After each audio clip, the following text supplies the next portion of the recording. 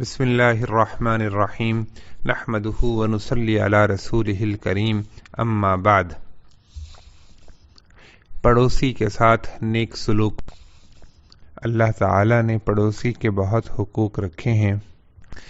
حضرت صلی اللہ علیہ وسلم کا ارشاد ہے کہ جبریل امین علیہ السلام مجھے پڑوسی کے بارے میں اتنی کثرت سے نصیحت کرتے رہے کہ مجھے یہ گمان ہونے لگا کہ شاید وہ اس کو وراثت میں بھی حقدار قرار دیں گے۔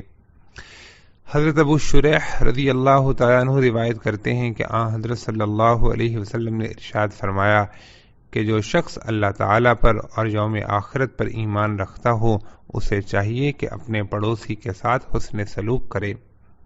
اور حضرت ابو ہریرہ رضی اللہ تعالی عنہ آپ صلی اللہ علیہ وسلم کا یہ ارشاد نقل فرماتے ہیں کہ جو شخص اللہ پر اور یوم آخرت پر ایمان رکھتا ہو اسے چاہیے کہ اپنے پڑوسی کو تکلیف نہ پہنچائے۔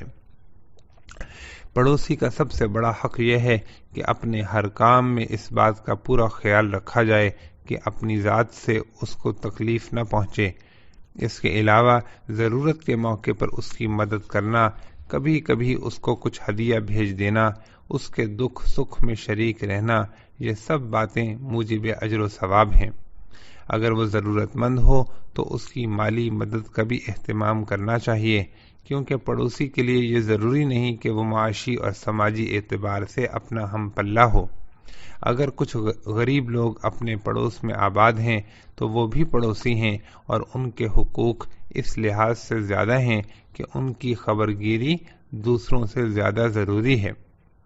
اگر کوئی پڑوسی بھوکا ہے تو اس کو کھانا کھلانا صرف موجب ثواب ہی نہیں، فرض ہے۔ اسی طرح پڑوسی اگر غیر مسلم بھی ہو تو تب بھی اس کے ساتھ حسن سلوک کرنا چاہیے۔ حضرت عبداللہ ابن عمر رضی اللہ تعالی عنہما کے یہاں ایک مرتبہ ایک بکری ذبح ہوئی۔ آپ کے پڑوس میں ایک یہودی رہتا تھا۔